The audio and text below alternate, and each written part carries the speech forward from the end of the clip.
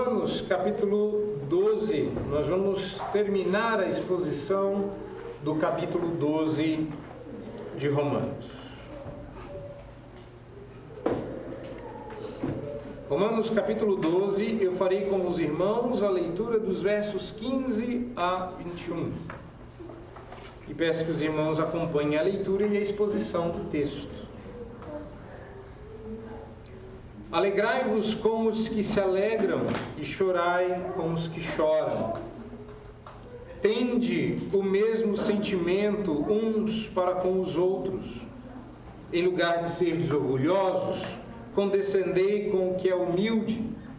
Não sejais sábios aos vossos próprios olhos. Não torneis a ninguém mal por mal. Esforçai-vos para fazer o bem perante todos os homens. Se possível, quanto depender de vós, tende paz para com todos os homens. Não vos vingueis a vós mesmos, amados, mas dai lugar à ira, porque está escrito: a mim me pertence a vingança, eu é que retribuirei, diz o Senhor. Pelo contrário, se o teu inimigo tiver fome, dá-lhe de comer, se tiver sede, dá-lhe de beber, porque fazendo isso, amontoarás brasas vivas sobre a sua cabeça. Não te deixes vencer do mal, mas vence o mal com o bem. Não é uma tarefa fácil viver e expor. Não é mais fácil expor do que viver essas realidades, mas não é uma tarefa fácil. Algumas das coisas que nós lemos aqui. Na verdade, não está sendo fácil desde o verso 9, porque agora, a partir do capítulo 12 de Romanos, Paulo vai começar a fazer as aplicações daquilo que ele fundamentou na primeira parte da epístola. Ele explicou o motivo da escrita, falou do desejo de visitar os irmãos, falou da situação e das brigas possíveis que eles enfrentariam em Roma, capital do império, mas que era importante que ele passasse por lá, dividisse dons, fosse abençoado e abençoasse, para inclusive partir dali para o campo missionário. Mas os irmãos precisavam ser instruídos em muitas coisas referentes às verdades e às doutrinas do Evangelho. Começa a explicação da justificação pela fé, da santificação pela fé, do poder e do alcance do sacrifício de Cristo. Tudo isso explicado, Paulo explode em louvor e conclui essa exposição do Evangelho, louvando e engrandecendo o Senhor nos versos 33 a 36 do capítulo 11. Bom, agora era a hora de dizer como é que se vive, como é que é a vida de alguém que acredita nessas coisas que Paulo acabou de dizer. Então, Paulo diz que a vida dessa pessoa é um sacrifício vivo, santo e agradável a Deus. Então, o que Paulo vai dizer agora não é com base na sua perfeição. Paulo não vai dizer assim, olha, eu sei do que eu estou falando. Não. Paulo vai dizer que pela graça que lhe foi concedida, que é a graça de ser apóstolo, que é o santo privilégio de ser um pastor, ele pode dizer algumas coisas e ele as dirá a partir de então, para que os irmãos usem os seus dons para o benefício do corpo, que pensem de si mesmo com moderação, que abençoem uns aos outros com os dons espirituais e que sejam amáveis uns para com os outros. Agora é a hora de terminar esta sequência de provérbios práticos, de lições curtas e diretas que reúne aí uma constelação de virtudes cristãs que dizem como é que você deve viver. Paulo vai colocar tanta coisa junto, de tanto assunto, que foi difícil dividir isso num sermão só. Então, nem sempre as divisões ficaram muito boas e hoje é uma desses dias mais desafiadores. Eu pretendo falar a vocês hoje sobre como vencer o mal com o bem. Porque se eu dissesse que você devia amontoar brasa viva sobre a sua cabeça, talvez isso não ficasse muito claro. E, assim, eu não encontrei outra referência a isso. Então, como eu vou terminar com ela, é melhor começar explicando. O objetivo final, desde o verso 9 até o 21, está explicado no verso 20. O objetivo final, o fim para o qual você deve apontar, fazendo tudo o que Paulo disse aqui, é com vistas a amontoar brasas vivas sobre a sua cabeça. Olha o texto do verso 20. Porque, fazendo tudo isto, amontoarás brasas vivas sobre a sua cabeça. Mas quem quer amontoar brasa viva para a cabeça? Parece um negócio bom. Parece um trem bom. Eu sou presbiteriano de berço, então fui criado na igreja presbiteriana, então eu sempre aprendi, desde cedo, que amontoar brasa viva era um negócio bom, positivo. Minha mãe falava isso, você tem que amontoar brasa viva. Ó, cuidado, você vai perder uma brasinha aí. Vai. E eu, ok, deve ser um negócio muito bom. Aí você cresce, você começa a aprender algumas coisas da vida, principalmente homem, né, que vai aprender a fazer churrasco. Mulher não possa, super apoio, todo mundo aprendendo. Quanto mais gente aprender a fazer churrasco, melhor, louvado seja Deus por isso. Né? E aí eu fui descobrir o que era a brasa viva. A brasa viva é quando o carvão está vermelhinho, está aceso. E, claro, com a vasta experiência que você tem ao mexer com fogo, uma hora tu se equivoca e rela nesse trem. Porque você tem que limpar a churrasqueira, porque essa foi a minha experiência. Não foi aqui no Brasil, por acaso, minhas primeiras experiências com churrasco foi fora do Brasil, porque sendo pastor você tem o privilégio de mais ser convidado do que fazer. Aí eu vi lá a brasa cinzinha, falei, está na hora de tirar. E resolvi, não tinha nada, né, na mão, falei, vou usar a mão mesmo, já está apagada mesmo, já tinha passado muito tempo. Só que a cobertura da cinza escondia uma brasinha bem vermelhinha. Quando eu peguei e assoprei, vi que ela estava vermelha. O problema é que ela também estava nos meus dedos. Joguei a brasa fora, mas os dedos permaneceram cinza, né? O cheiro era bom, de bacon. O problema é que eu era o bacon, né? A partir daquele momento eu comecei a pensar se a juntar brasa viva sobre a cabeça era um negócio bom. Por que eu gostaria de uma brasa viva na cabeça? Depois eu fiz uma ligação com o Goku. Talvez seja uma coisa boa, quer dizer que minha cabeça vai acender, que eu vou, né, a cabeça vai ficar quente, um negócio bom assim. Brasa viva! Eu falei, não, será que Deus estaria pensando nisso quando pediu para Paulo escrever isso? Não sei. E aí agora eu fui obrigado a descobrir o que é que Deus está nos dizendo através desse ponto. Eu vou começar por aqui, porque esse é o objetivo final. E eu descobri que existia, isso aqui é um costume egípcio que parecia ter se tornado um ditado popular. Ou seja, Paulo está, ao que tudo indica, fazendo uma referência a esse ditado, né?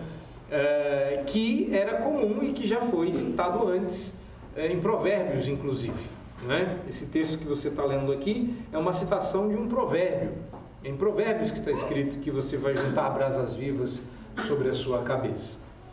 E faz mais sentido que seja um ritual egípcio da época do rei Salomão do que da época do apóstolo Paulo. A ideia é o seguinte: uma pessoa fez um trem errado e se arrependeu. E ela quer mostrar que ela está arrependida. Quanto maior for o arrependimento, maior é a quantidade de brasas que ela tem que colocar sobre a cabeça. E ela fazia isso, ela pegava uma bacia, enchia de carvão e carregava na cabeça para mostrar que ela estava arrependida. Era uma maneira, uma figura de arrependimento.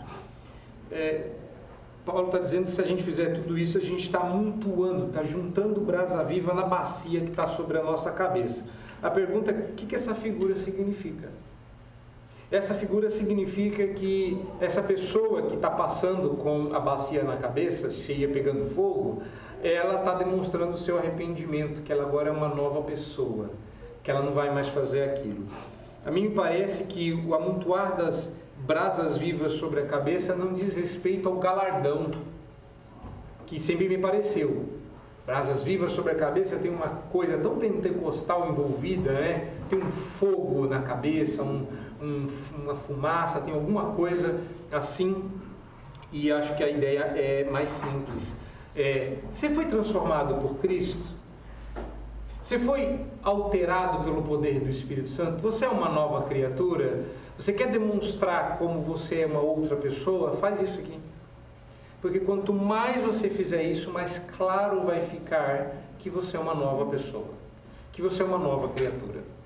Ou seja, se você não está fazendo a lista de coisas que, digamos, começa no verso 9, então você não demonstrou de maneira suficiente que você foi transformado. Ou seja, se você ainda faz o oposto disso, que é típico da cultura de qualquer tempo, ou seja, nós não somos naturalmente hospitaleiros, nós não somos naturalmente predispostos a abençoar os que nos perseguem, nós não somos naturalmente esperançosos, pacientes ou perseverantes. Então, quando você faz isto, você demonstra que você é uma nova pessoa. E aí isto bate com a ideia principal de que quando nós fomos alterados pelo poder transformador do Espírito Santo, a nossa ética mudou. Porque os valores éticos do reino nunca são puramente negativos. Há muita coisa que se proíbe, mas as proibições apontam para o oposto, que é mandatório. Basicamente, a ética cristã ela é positiva. Mas às vezes isso não fica muito claro, como é o caso aqui, e aí Paulo vai nos ajudar fazendo antíteses. E Paulo apresenta dos versos 15 a 21, entendo eu, 4 pares de antíteses. 4 parzinhos de antíteses, por isso que tem bastante coisa aqui. Mas vista em pares, e às vezes vai ter par de 3, é que eu vejo tríades. Mas entenda mais como uma tercina. O tempo é para 2 notas, mas vai caber 3. Então ainda é par, tá bom? Então eu vou mostrar para vocês aí 4 pares de antíteses que mostram para você como é que você faz para vencer o mal com o bem, ou para que você junte brasas vivas sobre a sua cabeça. Ou, se você preferir, para que fique claro e demonstrável que você é uma nova criatura em Cristo Jesus, que você foi transformado. Versos 15 e 16 apresentam o primeiro par de antítese. Primeira lição, portanto, nos versos 15 a 16, depois eu vou focar só no verso 16, mas se juntar o verso 15 com o começo do 16, a primeira lição e a primeira antítese é: não seja indiferente, tenha empatia. Não seja indiferente, tenha empatia. Não é simpatia, é empatia. Porque o amor nunca se mantém longe das alegrias e das dores dos outros. O amor se identifica, o amor canta com eles, o amor sofre com eles, o amor se alegra com os que se alegram e choram com os que choram. Às vezes é complicado porque eu tenho um problema com velório. Não é que eu não goste de ir, eu não tenho problema com ir a velório, de verdade. Me incomoda é o que acontece ao redor do velório. E eu chamo atenção mesmo. Porque no momento em que um dos nossos está triste, é dever se entristecer. E eu já encontrei pessoas conversando sobre futebol, ou contando piadas, e às vezes até dando gargalhadas, e aí tem que segurar a própria boca para não rir à altura que se perceba lá dentro, enquanto alguém perdeu o seu ente querido. É obrigação nossa sentir dor com quem sente dor, chorar com os que choram, mas a gente só gosta de se alegrar com os que se alegram. A expressão que vai resumir isso está no começo do verso 16. Tende o mesmo sentimento uns para com os outros. No grego, a frase literalmente diz: pensem a mesma coisa em relação ao outro. É a mesma fraseologia que Paulo vai usar quando escreve aos Filipenses, dizendo que eles deveriam pensar concordemente no Senhor, entrar em acordo, ter um só espírito e uma só atitude. E a razão para isso é a razão do cristianismo, o que reforça, no meu entendimento, que esse texto está falando de uma prova de que você foi transformado. Ou seja, uma vez que os cristãos têm uma mente renovada pelo mesmo Espírito, deveria ser também uma mente comum a todos. Ou seja, no sentido de compartilhar as mesmas convicções, os mesmos interesses básicos, porque sem esta comunhão de mente, não podemos trabalhar ou viver juntos em harmonia. Por isso, a palavra que resume o mesmo sentimento é empatia. É claro que você pode também usar a palavra simpatia, mas eu estou usando a empatia também por causa do que vem na sequência. Mas vai se preparando para isso. A primeira lição, ela é muito prática. Quando você não percebe o sentimento do outro, você é indiferente. E não tem coisa pior do que a indiferença. Me odeie, mas não me ignore. Quando alguém é contra você, você ainda percebe que ela te percebe. Mas quando a pessoa é indiferente, isso dói. Eu estava no seminário e não sei o que aconteceu no ônibus que fez com que as pessoas resolvessem conversar umas com as outras. Ao meu lado tinha uma aeromoça, ela estava indo para o aeroporto de Congonhas. E na conversa acabou que a gente chegou muito rapidamente ao fato de que eu era um cristão. Afinal de contas, para onde você está indo? Estou indo para o seminário. Seminário do quê? Vai ser padre? Não, vou ser pastor presbiteriano. Como é que você sabe que seminário transforma em padre? Porque sou católica. Bom, começamos a luta. Eu puxei a espada da suficiência das Escrituras e ela da de Maria. E começamos a nos degladiar. Em determinado momento, precisou que nós dois descêssemos, ela foi para o aeroporto, eu fui para o JMC.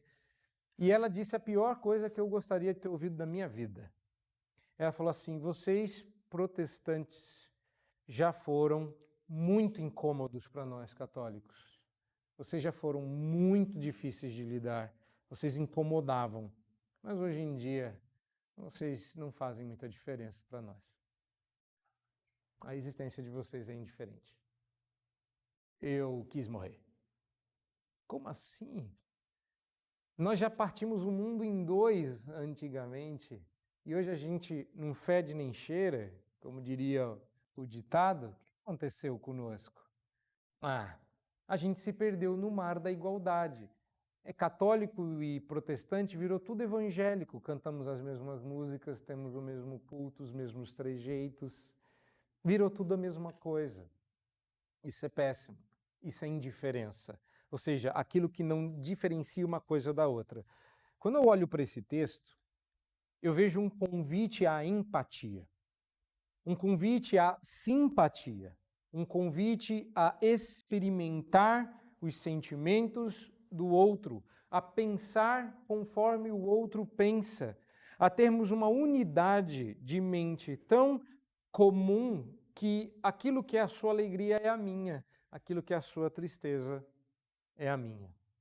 Perdemos a capacidade de chorar com os que choram e de se alegrar com os que se alegram. Quando alguém se alegra com alguma coisa, a gente reage com inveja, a gente reage com desdém.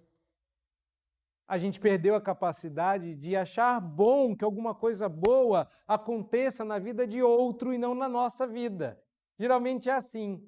A pessoa chega e fala, arrumei um noivo, e você diz assim, Deus, por que para ela e não para mim? Ou então, na melhor, se você for muito crente, você diz assim, manda um para mim também, Deus. A gente não consegue. Aí chega uma pessoa e fala assim, consegui um emprego. Você fala, Deus, tira, porque o Senhor não me deu. Quando der, deve dar para os dois. Por que dá só para um, né? Dá para todo mundo, inclui eu no grupo. A gente perdeu a capacidade de se alegrar. E a gente acha que chorar com os que choram é o desafio maior. O maior desafio é se alegrar com os que se alegram. É dar de verdade parabéns e se alegrar por alguma coisa boa que está acontecendo na vida do outro e voltar para casa sem o que o outro tem. É difícil, mas esse é o desafio, porque Deus foi bom e toda vez que a bondade de Deus se manifesta, ela é digna do nosso louvor, mesmo quando ela bate na casa do vizinho, porque quando a desgraça bate na casa do vizinho, você glorifica de pé. Antes ele do que eu. Então, o convite aqui é: olhem uns para os outros e tenham o mesmo sentimento. Pensem concordemente, tenham um só espírito, partilhem das mesmas convicções e dos mesmos interesses básicos. É isso que faz da igreja uma família. Primeira de 4 antíteses que Paulo fala. Essa não está tão clara e eu nem sei se era uma antítese, mas eu coloquei como se fosse.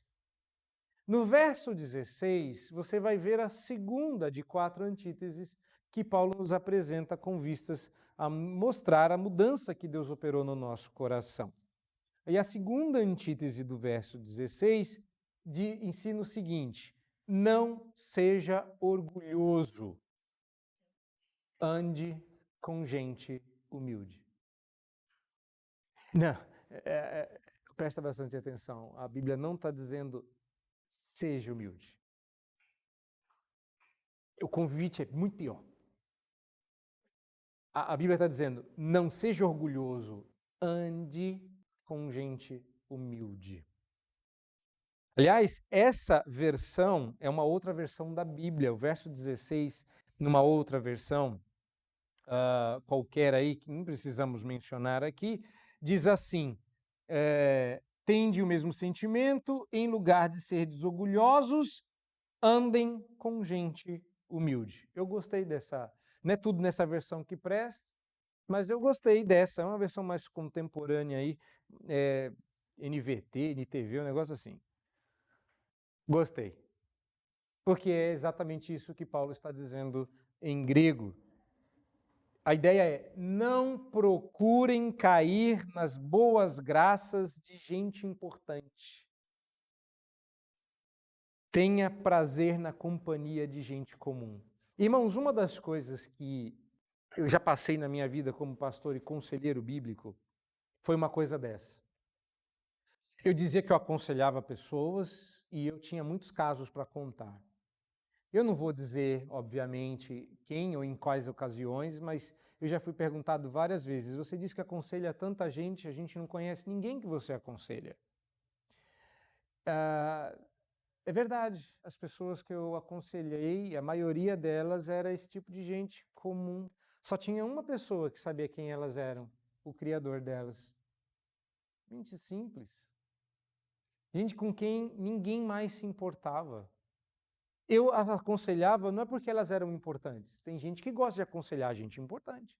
Tem gente que gosta de pregar para gente importante. Tem gente que gosta de ter amigo importante. Eu também gosto. Vocês são pessoas importantes para Deus.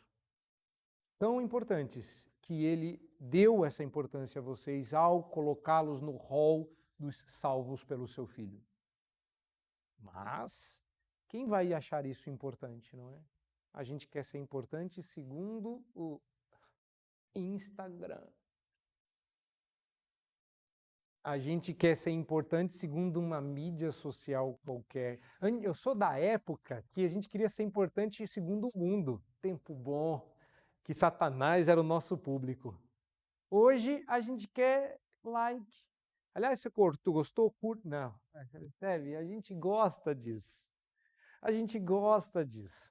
E aí vem Deus e fala assim: não seja orgulhoso, não. Tenha prazer na companhia de gente comum. É dureza. Você está lendo aí?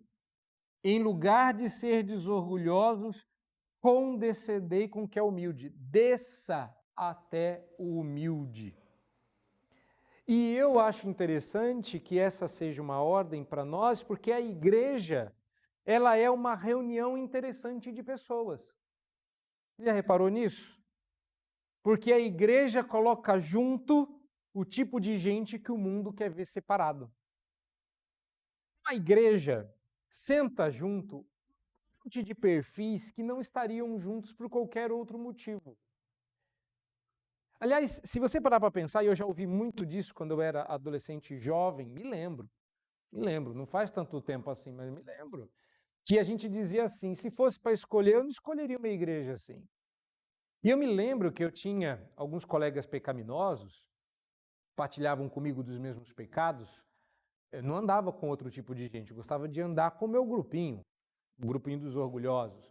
E a gente falava assim, uma igreja perfeita seria assim, ele, ela, ele, aquele pastor, aquele outro pastor, eu não gosto muito, aquele presbítero, aquele diácono, a gente montava a igreja perfeita. Eu detestava quando eles perguntavam para mim, porque na igreja perfeita tinham réplicas de mim mesmo. Você reparou que é assim? A gente se acha bom, bonito, crente, maravilhoso. O mundo seria melhor se todo mundo fosse mais a nossa cara. Porque isso é orgulho. Orgulho é quando a gente se vê mais do que a gente é. Orgulho é quando a gente quer ser reconhecido até pelo que a gente não fez. Orgulho é o prenúncio da queda. Vem o apóstolo Paulo, inspirado por Deus, e diz: não seja sábio aos seus próprios olhos. Não seja orgulhoso. Não é com a lente dos teus olhos que Deus julgará o mundo. Não é com a lente dos teus olhos que Deus escolhe a igreja. Então, quando você tem na igreja essa reunião de perfis tão distintos, você já entendeu o que Deus quer que você faça. Ande com gente comum. E eu gosto disso, porque mesmo numa congregação onde todo mundo é meio afim, ou seja, todo mundo meio que se conheceu no mesmo lugar, da mesma forma, você tem uma multiplicidade variadíssima de doutores a graduandos, ricos e pobres, mas um de que outro, né? Mas estamos orando para Deus mudar a situação.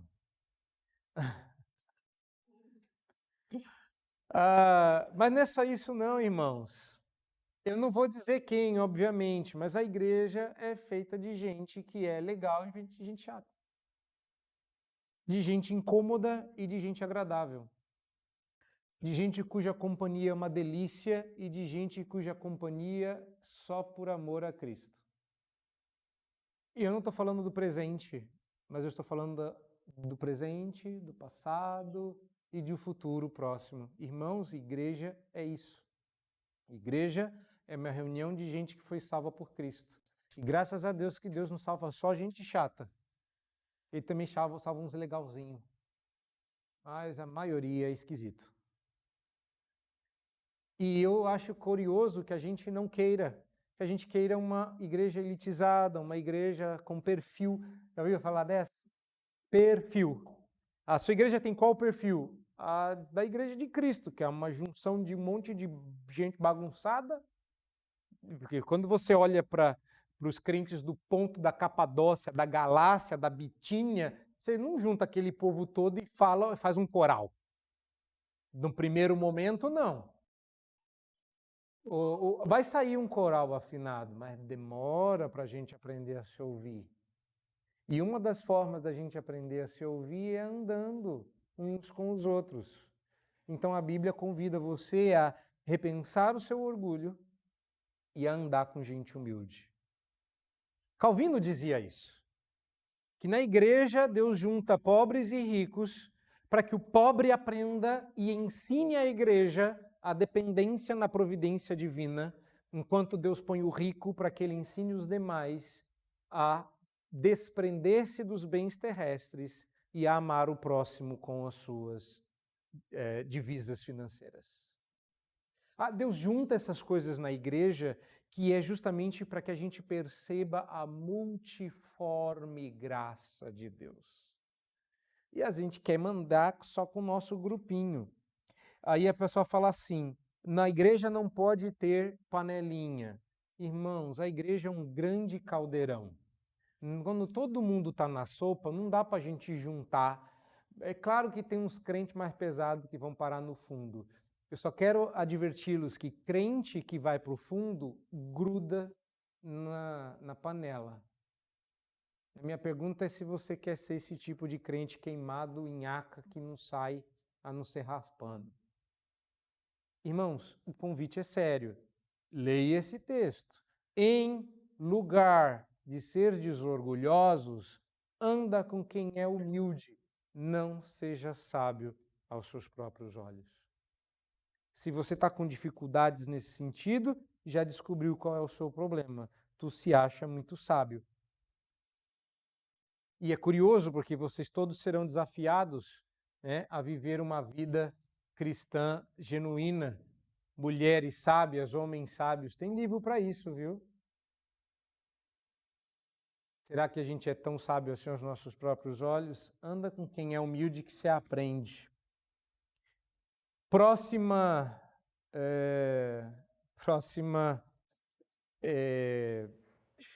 distinção aí, próxima antítese que o apóstolo Paulo vai nos apresentar, e é uma antítese que está nos versos 17 e 18. Tá? E é o mais difícil de todos, provavelmente, né? Não ame só o irmão, ama o inimigo também. Versos 17 e 18. Não torneis a ninguém mal por mal, esforçai-vos para fazer o bem perante todos os homens, se possível, quanto depender de vós, tende paz para com todos os homens. A palavra paz eu vou usar na próxima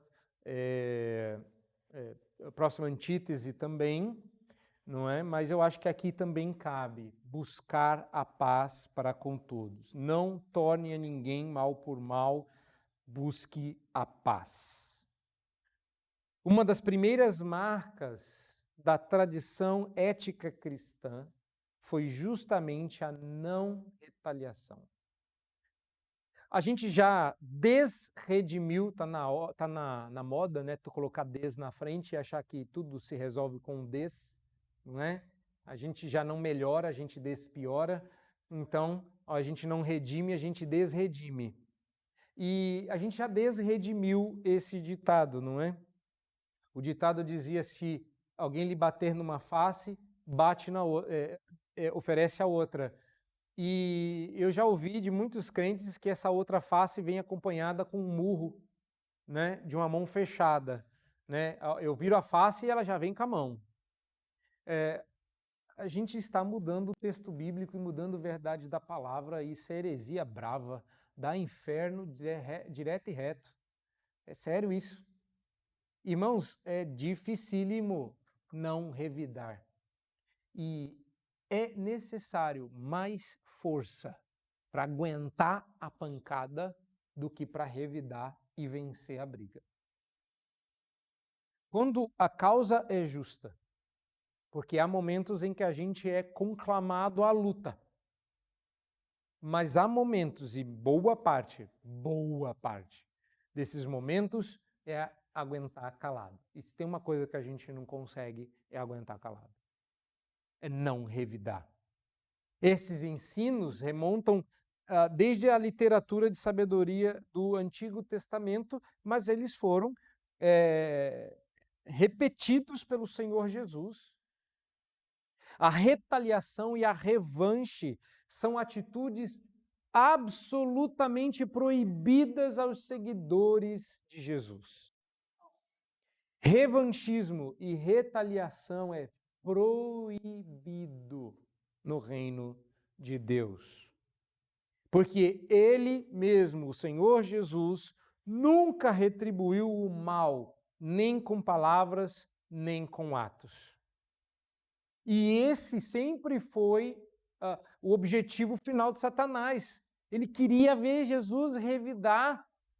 Você está sendo maltratado por um bando de pecador, queima todo mundo. Você não é o filho de Deus, manda que Deus mande da milícia celestial, peça que Deus mande da milícia celestial anjos que destruam a todos. Ou então, os irmãos bonitinhos, né? Os filhos de Boanerges, tão fofinhos eles, né? Senhor, podemos pedir para que venha fogo do céu e mate todo mundo? Não pode não. A gente quer salvar esse povo, não quer matar esse povo. Lembre-se de que Deus estava fazendo um teste para ver se Moisés se colocaria como um tipo de Cristo no Sinai. Quando Deus diz assim, eu vou matar todo mundo, vou passar o fogo, não vai sobrar ninguém, vou fazer uma nova nação a partir de você. Chega! Povo ruim!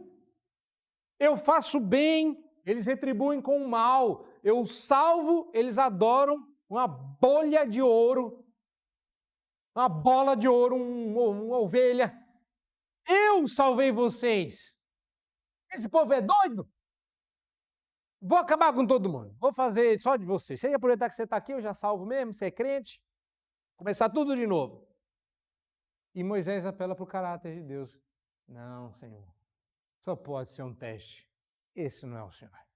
O Senhor tem um nome a zelar. O que os povos dirão?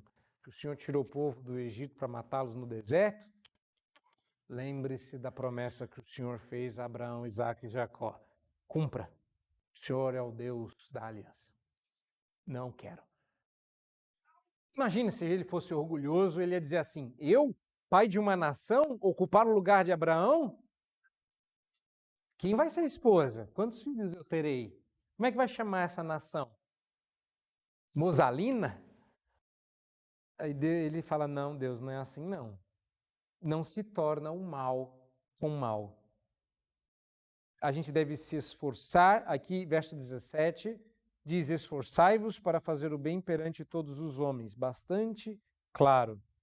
O bem tem que ser público, mas nós temos a tendência de revidar publicamente. Aliás, uma tendência nata, olho por olho, dente por dente. Você já viu isso em muitos filmes, em que a pessoa faz um vexame público para envergonhar o outro porque ela quer dar a paga, quer fazer com que o outro sinta e perceba toda a dor e vergonha pela qual ela passou.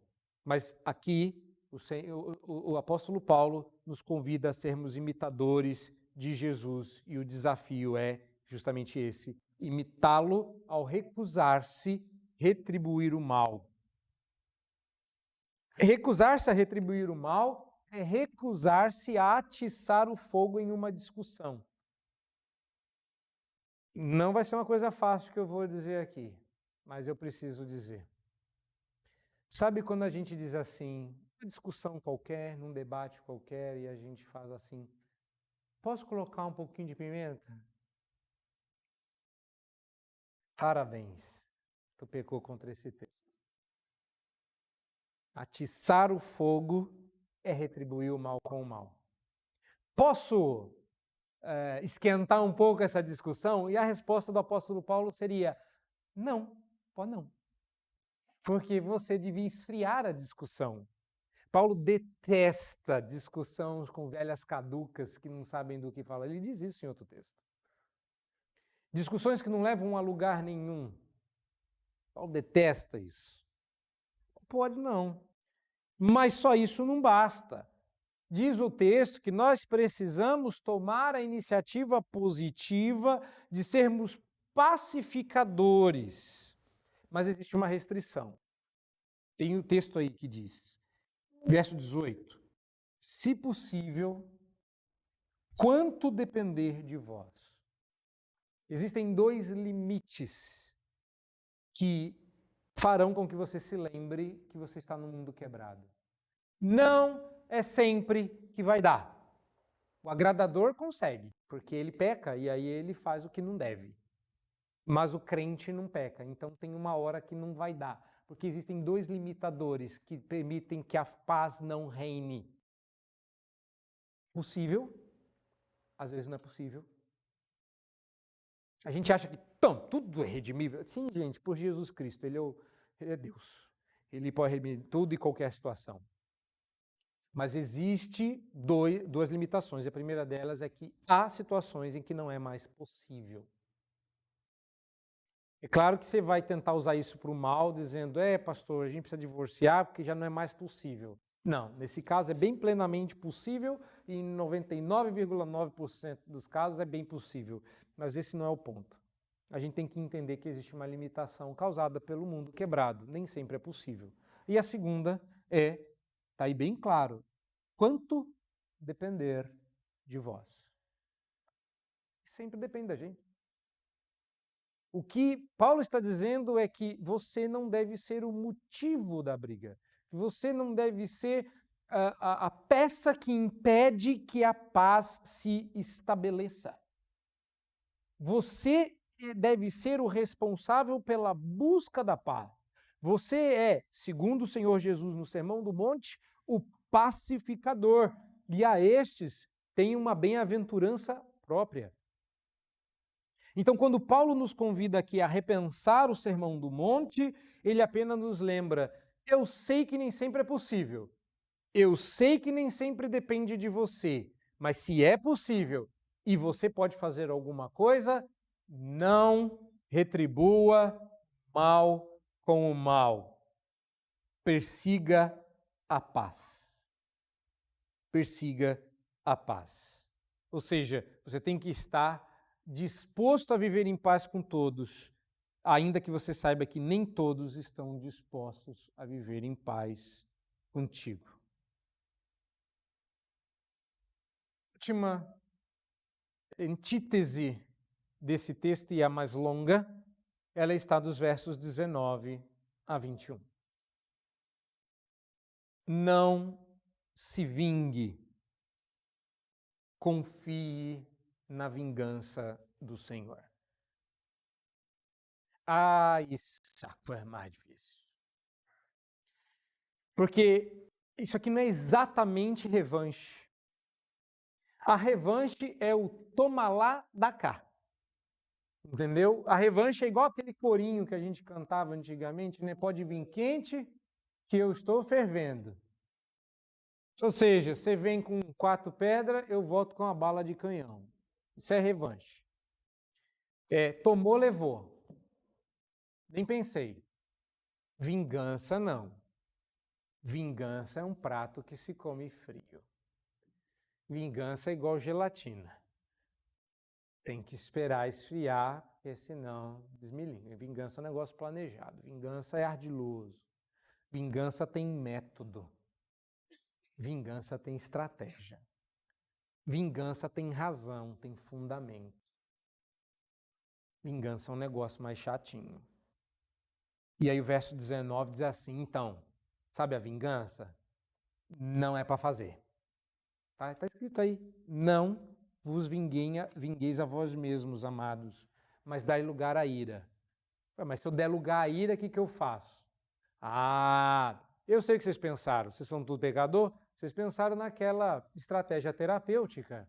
Claro que a gente não tem ninguém que manja de terapias comportamentais presentes, mas existe uma terapia que você vai até o consultório da pessoa e ela personifica a pessoa malvada num travesseiro.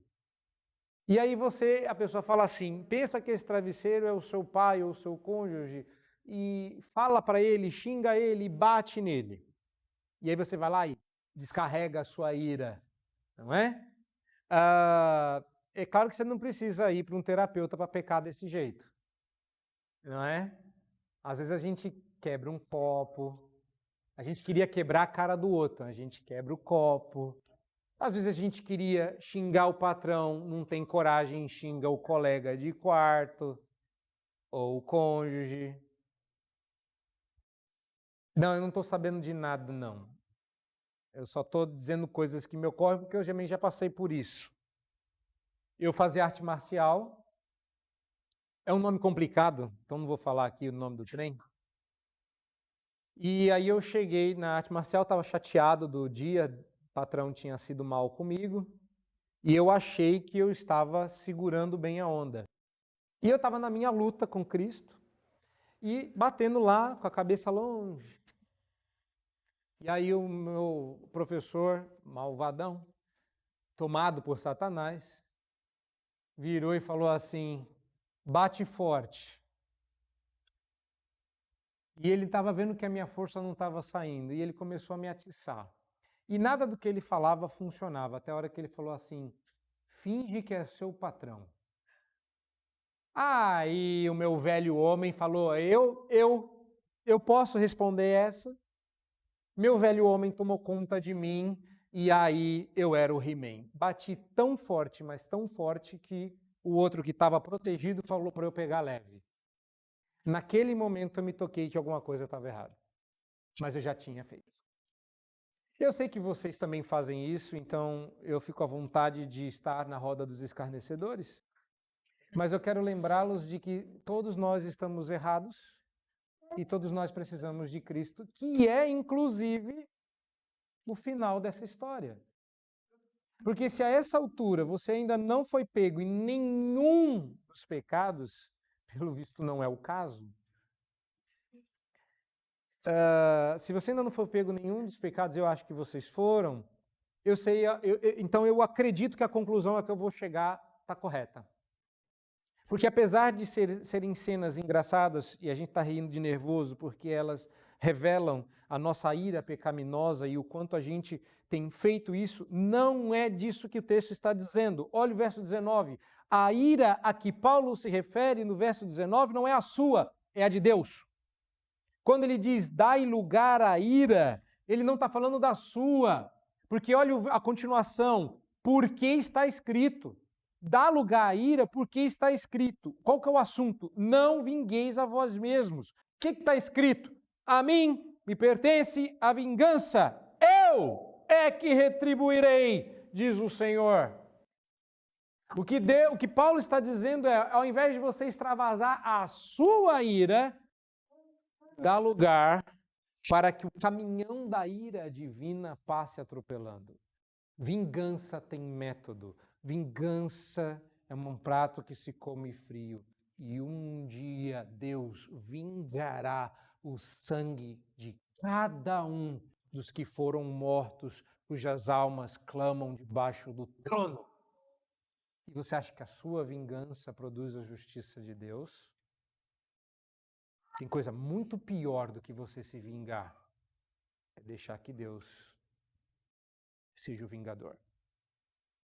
E essa é a recomendação do apóstolo Paulo. Não se vingue, porque Deus, quando vingar, fará justiça. Olha que coisa linda. Parece terrível, e é. Mas é um terrível belo, é um terrível justo, é um terrível santo. E eu, o que eu faço, já que eu não posso me vingar? Está lá o verso 20. Pelo contrário, se teu inimigo tiver fome, dá-lhe de comer. Nota de rodapé, sem veneno. Vou pôr chumbinho. Não pode. Se tiver sede, dá-lhe de beber. Sem veneno. É para abençoar. Verso 21. Por que Paulo termina assim? Porque esse é o ponto de toda essa sessão final. Meu querido, quando você revida na mesma moeda, quando você se vinga, quando você reage ao pecado de alguém com mais pecado, você não ganhou, você perdeu, você foi vencido. E a recomendação do apóstolo Paulo é: não te deixes vencer do mal, vence o mal com o bem. A melhor forma, como eu disse às crianças, de vencer o inimigo é transformando-o em amigo. É inundando-o de amor. A minha maior vingança contra alguém que me disse certa feita que não gostava de mim foi enchê-lo de amor até que ele me chamasse de amigo. Hoje nós somos amigos. Mas um dia ele disse, eu não gosto de você. Eu falei, ah é? Pois você ainda vai me amar. Não existe mais inimizade, porque o inimigo morreu. Foi transformado em amigo. Você quer acabar com a inimizade? Vença o mal com o bem. E eu vou te abençoar até Cristo transformar a sua vida. Deus, por meio da sua palavra, não só impede que nossas mãos pratiquem o mal, mas Ele também domina os nossos sentimentos de amargura que saturam o nosso espírito. Não foi o próprio Senhor Jesus que, sendo objeto do mais profundo escárnio e sofrimento agonizante, injustamente agredido por pecadores, não destilou justiça e amor e bondade em favor daqueles que não sabiam o que estavam fazendo? Vocês têm noção que alguns daquela turba que estavam ali gritando crucifica-o, meses mais para frente se tornaram cristãos? Vocês têm noção disso? Que a gente estava ali metaforicamente, mas algumas daquelas bocas que gritaram crucifica-o, com lágrimas nos olhos, acabaram dizendo, Ele é o meu Senhor? Eles foram vencidos pelo bem. Nós éramos os primeiros inimigos, alvos do amor transformador do Senhor Deus. Ele foi o primeiro a não se vingar contra nós e a nos transformar de inimigos em amigos. Porque a quarta antítese, essa última, a antítese final, entre bem e mal, no meu entender, é o clímax do argumento do apóstolo Paulo deste capítulo. Não te deixe vencer pelo mal. Vence o mal com o bem. A minha conclusão, portanto, só podia caminhar numa única direção. Essas injunções apostolares são claras, taxativas e inegociáveis. E a pior parte é chegar à conclusão óbvia que nenhum de nós se encaixa no padrão. Olha para esse texto. Se tu escapou de um ou outro, caiu em boa parte. A ética do reino de Deus tem um padrão muito alto. A gente chama de perfeito. O padrão é perfeito. E nós não estamos à altura. Essa é a razão pela qual você precisa de um redentor. Olha para isso aqui. Você não dá conta? Estava com saudade?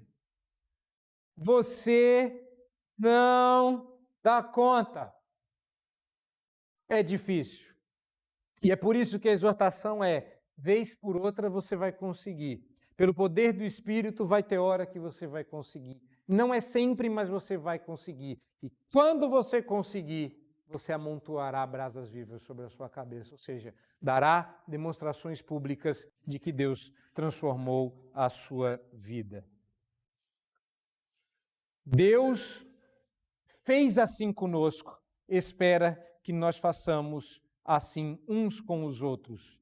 As brasas vivas que essas atitudes amontoam sobre a nossa cabeça têm o objetivo de curar e não de ferir, de conquistar e não de alienar, de envergonhá-lo e levá-lo ao arrependimento, para a vida, não para a morte.